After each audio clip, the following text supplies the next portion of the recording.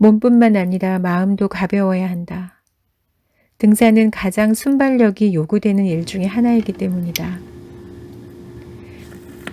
마음에 온갖 근심 걱정을 잔뜩 안고서는 올라가면서 경험하는 수많은 고비에 제대로 대처할 수 없다. 함께 산을 오르는 사람들과 마음도 잘 맞아야 한다. 그리고 정상에 우뚝 섰다고 해서 자만하면 안 된다. 언제 자연이 돌변해 비바람이 칠지 모르니 적절한 시기에 내려와야 한다. 그렇지 못해서 하산길에 잘못되는 경우들은 또 얼마나 많은가. 그러니 무엇을 위해 출발했는지 잊어버릴 정도로 멀리 와버려서는 곤란한 것이다. 문제는 이미 멀리 와버린 후에야 비로소 그 사실을 알아차린다는 점이다. 적어도 내 경우에는 그랬다.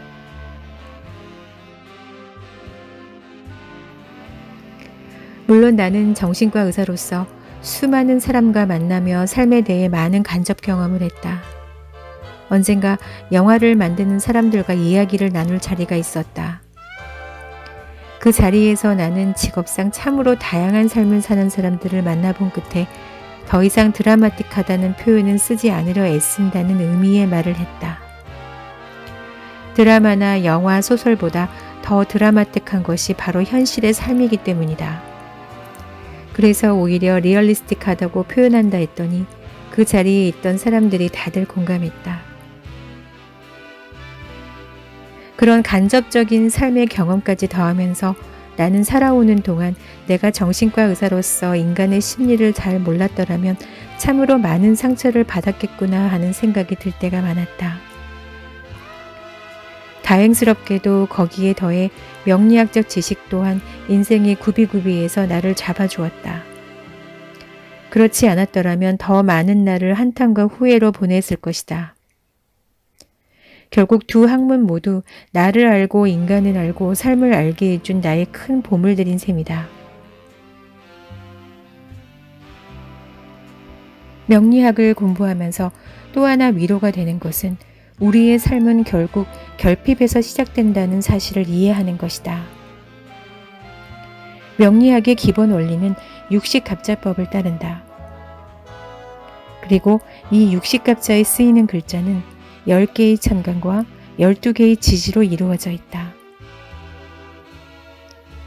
천간은 갑을 병정, 무기 경신, 임계의 10글자를 가리키며 지지는 자축, 인묘, 진사, 오미, 신유, 수레이다. 이때 천간과 지지를 차례로 하나씩 맞추어 나가면 서로 다른 60개의 짝이 생겨난다. 여기서 120개가 아니라 60개인 이유는 양의 글자는 양의 글자끼리, 음의 글자는 음의 글자끼리만 조합이 이루어지기 때문이다.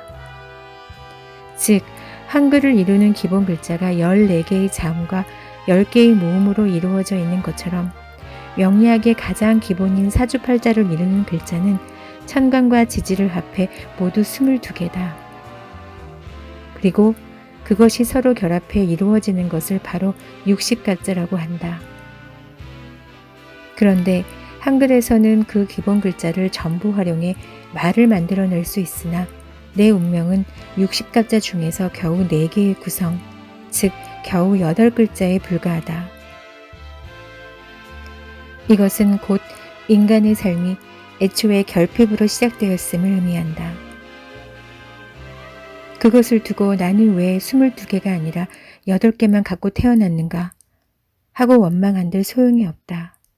그건 마치 개나리가 나는 봄이 싫고 가을이 좋다고 해서 가을에 피어날 수 없는 것과 마찬가지다. 그리고 개나리는 봄에 피어날 때가 가장 예쁘다. 어쩌다 날씨를 착각해 계절이 지난 후에 피는 꽃도 아예 없는 것은 아니다. 하지만 그 모습은 어딘지 처량하고 안타까울 뿐이다. 물론 아주 어쩌다가 사주팔자가 극단적으로 좋은 사람들이 있다. 그야말로 하늘에서 행운의 별이란 별은 전부 그에게 쏟아 부은 것 같은 사람들이 있는 것이다. 하지만 나를 포함해 대부분의 사람에게는 최소한 한두 가지씩은 인생에서 결핍된 것이 있는 게 오히려 정상적인 사주팔자라고 봐야 한다.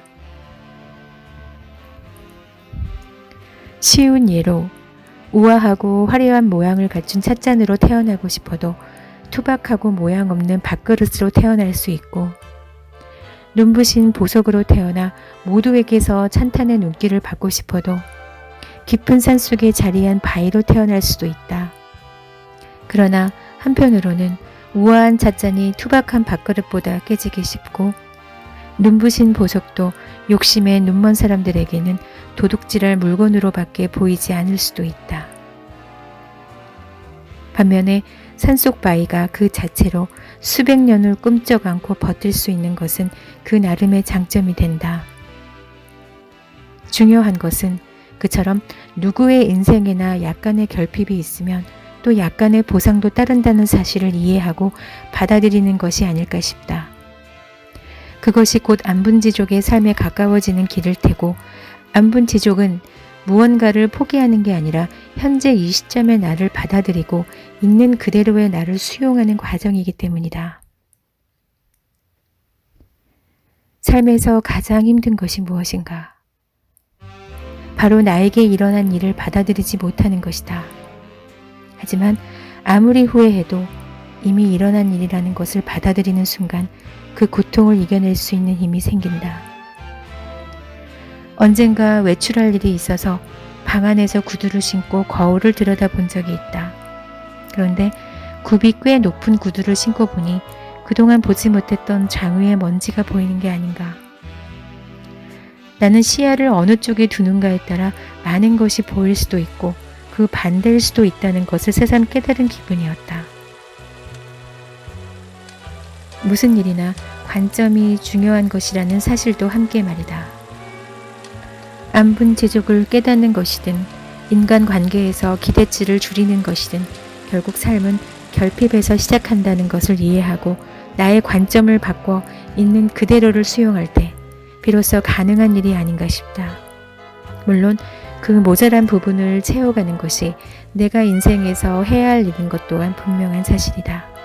다만 그 과정이 힘겨운 만큼 조금은 실수를 줄이고 살아갈 수 있다면 좋겠지만 그 또한 쉽게 허락하지 않는 것이 인생임을 어쩌랴.